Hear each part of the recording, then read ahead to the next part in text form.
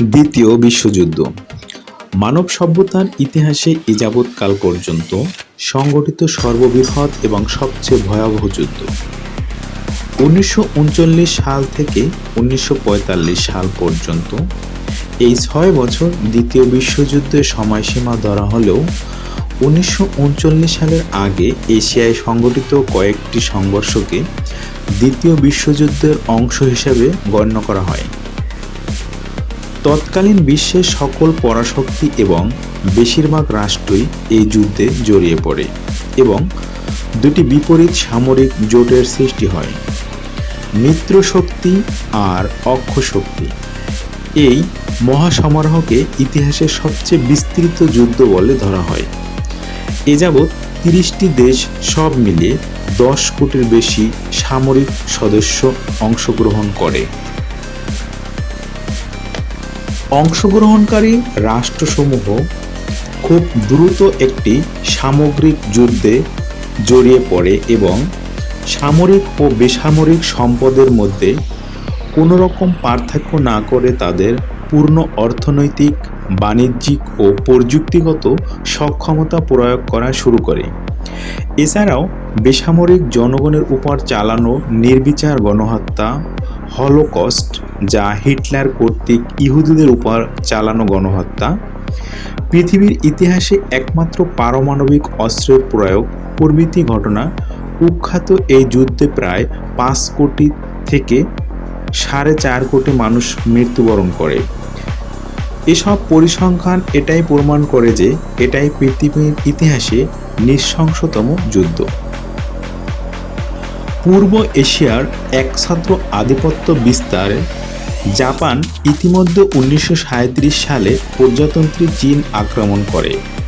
পরবর্তীতে 1939 সালে 1 September German Poland আক্রমণ করে এবং তার ফলশ্রুতিতে ফ্রান্স ও জার্মানির বিরুদ্ধে যুদ্ধ ঘোষণা করে।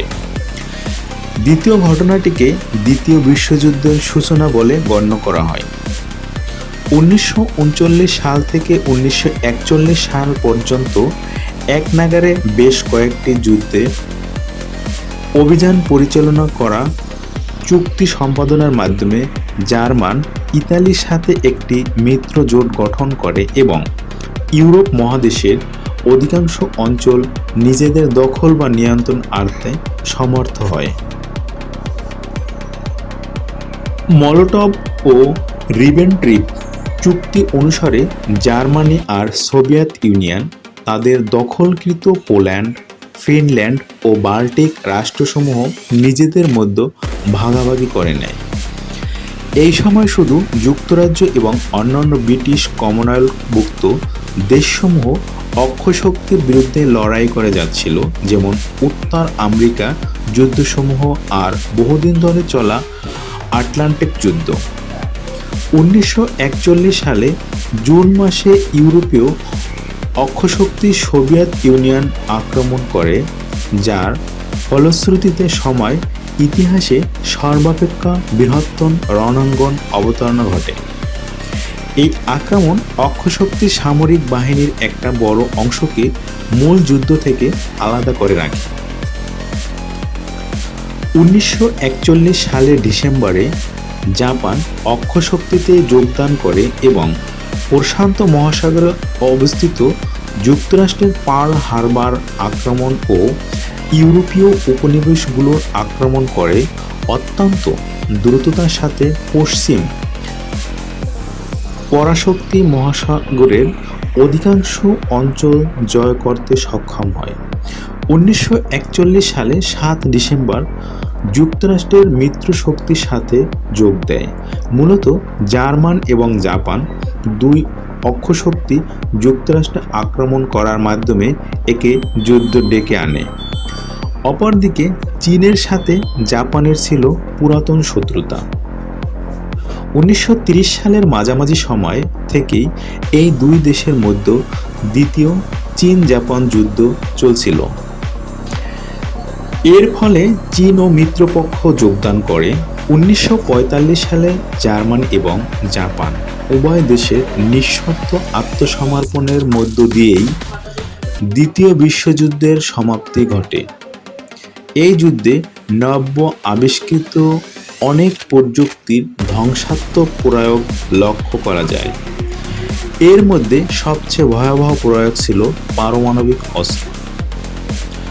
মহাযুদ্ধের ডামাডোলের মধ্যেই এই রণক্ষেত্র উদ্ভাবিত হয় এবং ধ্বংসলীলার মধ্য দিয়েই যুদ্ধের পরিসমাপ্তি ঘটে। সকল পুনর্গঠন কাজ বাদ দিলে কেবল 1945 সালেই মোট ব্যয়ের পরিমাণ দাঁড়ায় $1 ট্রিলিয়ন। এই যুদ্ধের পরপরই সমগ্র ইউরোপ দুই ভাগে ভাগ হয়ে যায়। এক অংশ হয় পশ্চিম ইউরোপ আর অন্য অংশ অন্তর্ভুক্ত সোভিয়েত রাশিয়া। পরবর্তীতে এই রুশ ইউনিয়ন ভেঙে অনেকগুলো ছোট ছোট রাষ্ট্রের জন্ম হয়েছিল। পশ্চিম ইউরোপের দেশসমূহের সমন্বয়ে গঠিত হয় ন্যাটো, আর সমগ্র ইউরোপের দেশসমূহ সীমান্ত রেখা নির্ধারিত হতে শুরু করে। ওয়ার্স পারফেক্ট মাঝে অন্তর্ভুক্ত দেশসমূহ নিয়ে দানা বেঁধে ওঠে সেনাই যুদ্ধ। এভাবেই দ্বিতীয় বিশ্বযুদ্ধের বিশ্ব মঞ্চে অভিনব এক নাটকের অবতারণা করে।